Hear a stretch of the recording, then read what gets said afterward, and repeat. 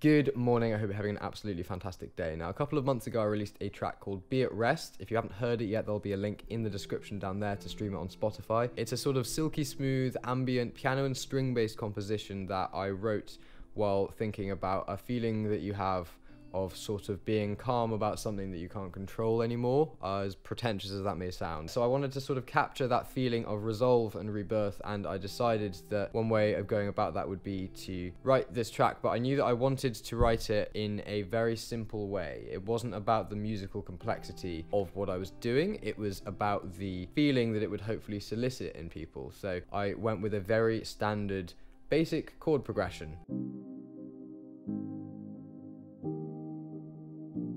Pretty much as basic and overused as you can get, but like I said, it's not about creating something that's musically complex. It's about trying to solicit an emotional response, and that chord progression does that quite well. So let's take a look at the project file, and I'll just sort of go through the different layers and elements that went into producing Be At Rest. And one quick caveat, as I always say, this won't sound exactly like it sounds on the finished recording because I export everything dry and mix it in a separate project. So this is the production file, not the mixing file. If you're interested in my mixing process, then let me know down in the comment section as well, and I'll go through some of that with you. But yeah, let's get to the project. So this is the project file. It's not much to look at. It's only about 54 tracks, so it's relatively small, and a lot of those tracks are things that I've muted because they were piano sample libraries that I didn't get on with as much for this track. But you know, it's not about the number of tracks you've got, it's about how well you can use them, right? So let's start with the first thing, which is just background, atmosphere and ambience. And for that, I stuck my microphone out of the window and recorded it raining. So these two tracks here are just the sound of it raining out of my window. I recorded 2 takes for about 4 minutes each, and then pan them hard left and hard right. If you're doing field recording, it's always good to record a lot more than you think you're going to need, because you never know if there might be like a gust of wind that ruins a 30-second section of something. But yeah, so they literally are just panned and EQ'd just to sound like this. And if you're panning something hard left and hard right, record 2 different things. So don't just record the rain once and then duplicate that and pan one hard left and hard right, because you can run into a load of phase issues when it's then in mono. So yeah, just record everything multiple times, basically. That's my general rule. So that adds a little bit of atmosphere and sort of human relatable feeling to it. And the first thing you get is the piano, which is just playing the most simple thing ever.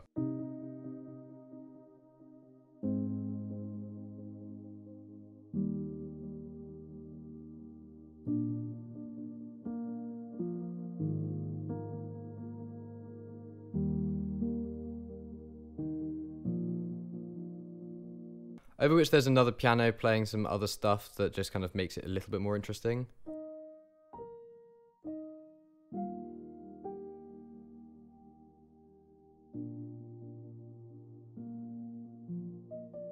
But that piano part serves as the foundation for the rest of it. And while there is a sort of piano melody that happens, especially when it develops a bit more over here and you get the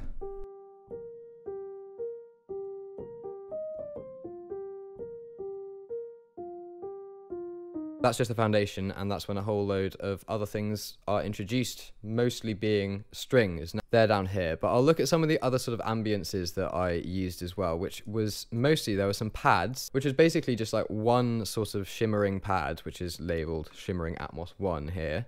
Sounds like this. In addition to some very subtle guitar stuff that was going on.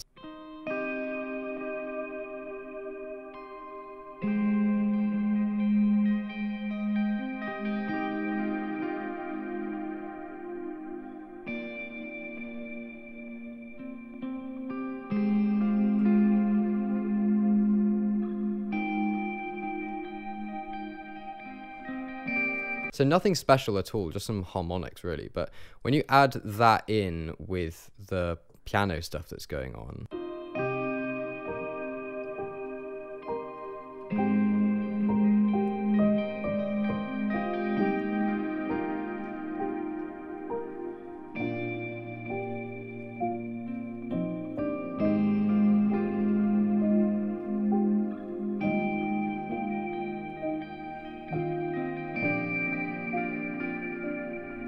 so that's the guitar stuff. They were processed a lot more in the mixing project, and I probably also removed certain things that clashed a bit or that I didn't really like that much.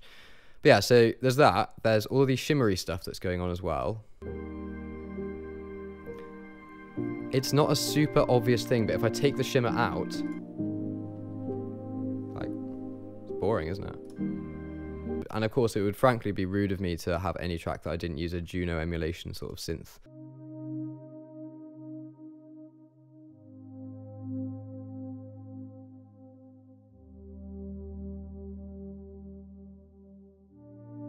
Again, nothing particularly special, nothing particularly interesting. It's just following the notes of the main chord progression. But this is the thing, is that don't ever feel like just because something is musically simple that it doesn't have potential and can't go somewhere. The worst types of people when it comes to music critique are those that think that the only music that's valid is the stuff that is harmonically complex. That's nonsense. Something being simple doesn't mean it can't be deeply, deeply affecting. I mean, some of the music that's affected me the most in my life has been based on like a 4-chord structure, or sometimes even just a 3-chord structure. It's about how you do it. And that's not to say that you should be lazy and just do stuff really simply because you can. But yeah, something being musically simple or even musically generic doesn't mean it's going to be bad, and it doesn't mean that it won't be worth your time to pursue. In the kind of biggest climactic section, I added some other Juno synths that are doing this sort of plucky thing.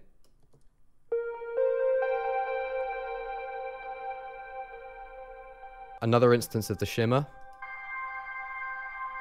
Add the guitars in as well.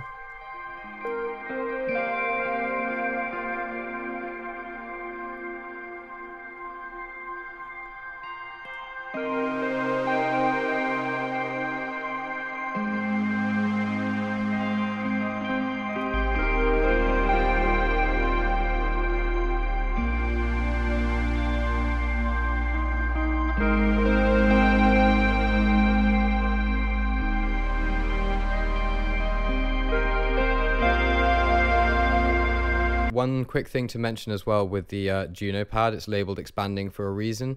It is constantly being automated. As you can see here, the filter cutoff, so that as the track builds, as the string builds, there's a kind of building sense with that synth as well, and then it comes down again. So a quick look at the string section. Now, there are 3 different string parts, all with different libraries. So flautando strings, ensemble strings, and solo strings. Now, I find that when trying to create realistic strings, what I find helps is if you have, say, an ensemble patch, double that with a solo instrument as well, because it just adds a little bit of an edge to it, and it kind of, I don't know, makes it sound more real to me. What you'll probably be able to notice immediately is that the flautando and ensemble are both exactly the same as far as I can tell. I might have changed a couple of notes here and there, but they're basically playing the same thing. It's just flautando sounds all soft and kind of delicate.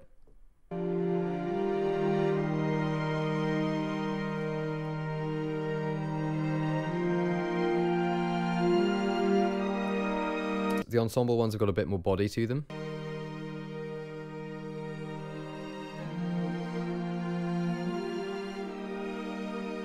I also find that the kind of glissando works a bit better with the ensemble library, and then the solo strings.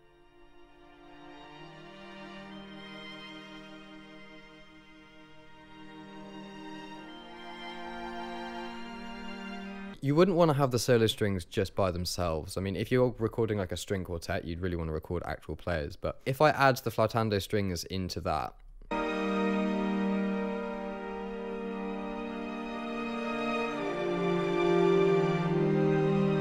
and now if I take out the solo strings, it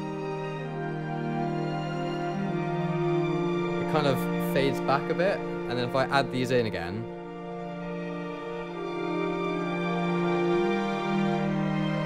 gives it more life.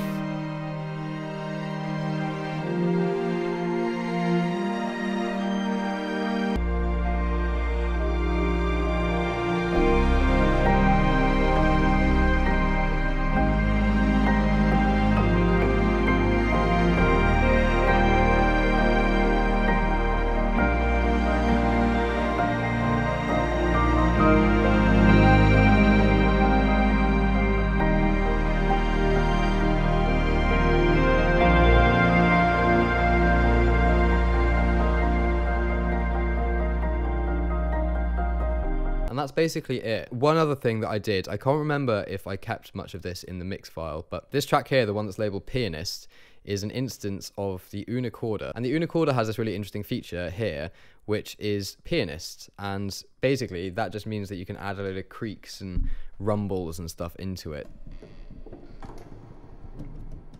So what I did was copy the piano line from the actual piano I was using into this track, get rid of the tone of the piano but keep the pianist there. Makes it seem a little bit more like someone's actually playing it live. Now, I think that I had that down really, really low when I was mixing it, but it's an interesting little tip, I guess. The only problem is that lots of people have the Unicorder sample library, so lots of people will have probably done that. Like, if you hear a certain creak that you've used in your own track and you hear it in someone else's, you know exactly what they've done. But yeah, that's how I produced Be at Rest. As I said at the beginning of this video, if you haven't heard it yet, then there'll be a link down in the description there. And if you're not following me on Spotify yet, then please do so, because I'm releasing a new piece of instrumental music every 3 weeks. The last one that came out was The River 7, that was last Friday.